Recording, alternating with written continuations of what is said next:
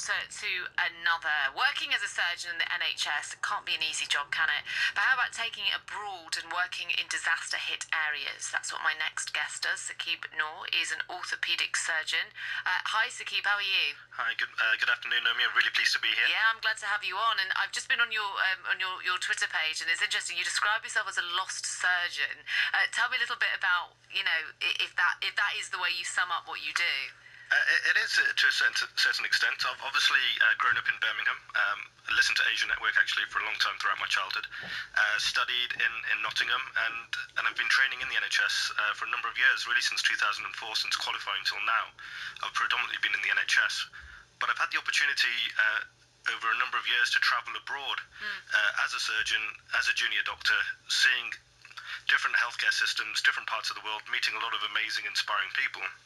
And is that because you want to make surgery, the whole kind of process of surgery, have higher standards abroad? What is your sort of motivation behind it? I mean, it started when I went to South Africa in 2008, and looking at some of the conditions and facilities available to patients in sub-Saharan Africa opened my mind to the vast discrepancies between like a great system like the NHS and some of the other systems in the world. And actually, over the last few years, there's been a great momentum from the World Health Organization and much bigger organizations who've now realized that there's a huge discrepancy between access to safe surgery in Africa, Asia, and other places where 5 billion people in the world do not have access to safe surgery. And that's been released in a paper in 2015.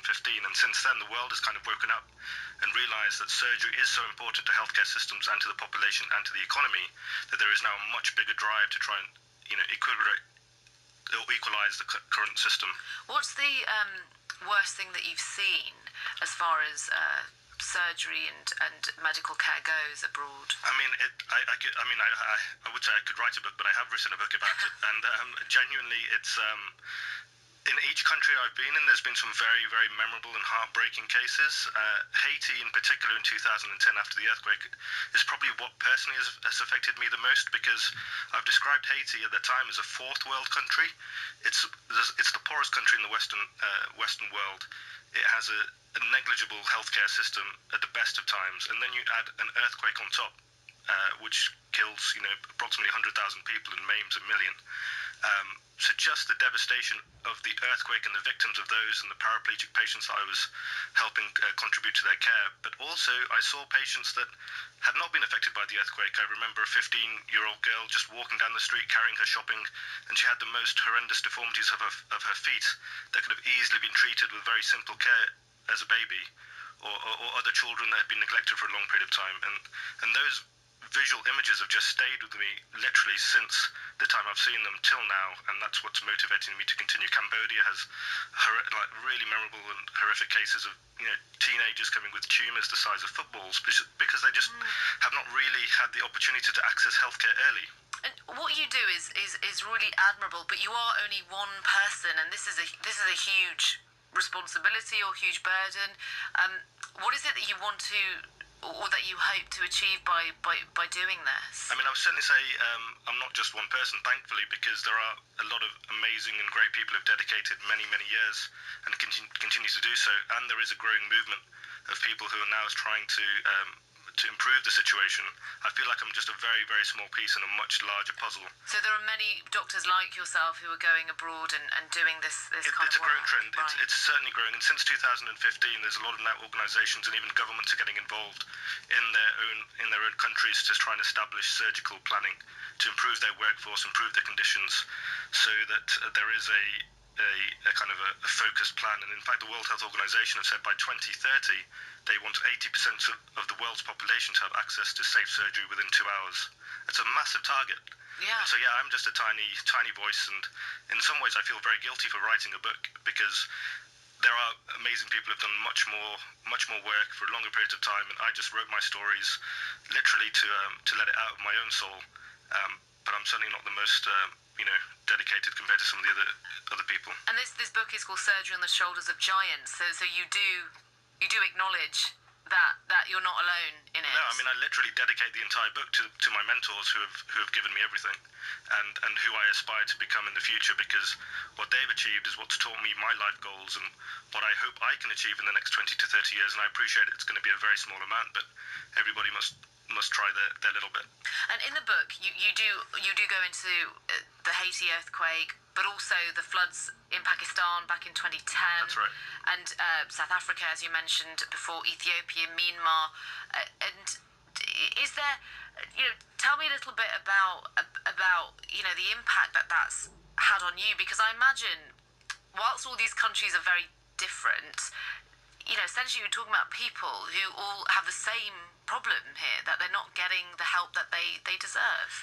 That's absolutely right. I mean, what I've found is an absolute universality between every single person, particularly when it comes to their own health, because when you're in distress, when you have no hope, when you have no access to correct treatment, often you have the same emotions running through you, and that's what I've described as the colourless tears that run through us and out of our eyes, because they're all the same, and the same blood that runs through us, and so I found that whether you're in South Africa and you've got nurses singing Zulu hymns trying to improve your health, or in Haiti when you have prayers being said to try and recover from an earthquake and being paraplegic, or indeed in Pakistan when I was there during Ramadan and people were fasting whilst homeless, it's an incredible feeling to see that everyone is actually struggling the same, going through the same difficulties and trying to come out of it the same way.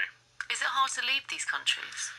It is hard, and that's really why I'm going back, to be honest. I'm leaving for Cambodia tomorrow. Still haven't packed, but the plan is to go tomorrow, another 6 months there, and see where life goes. I don't know where I'll end up, but... Wow, so you go for long periods of time? I have been for long periods of time, and I have been for smaller projects as well. But now that I have kind of officially finished my training within the NHS, I hope to dedicate a much more longer period in the future. And I'm interested to know, when you're there, so you're helping people. Back here in the UK, you have the equipment that you need, you have the tools that you need, but when you're there, what are you working with? What do you have?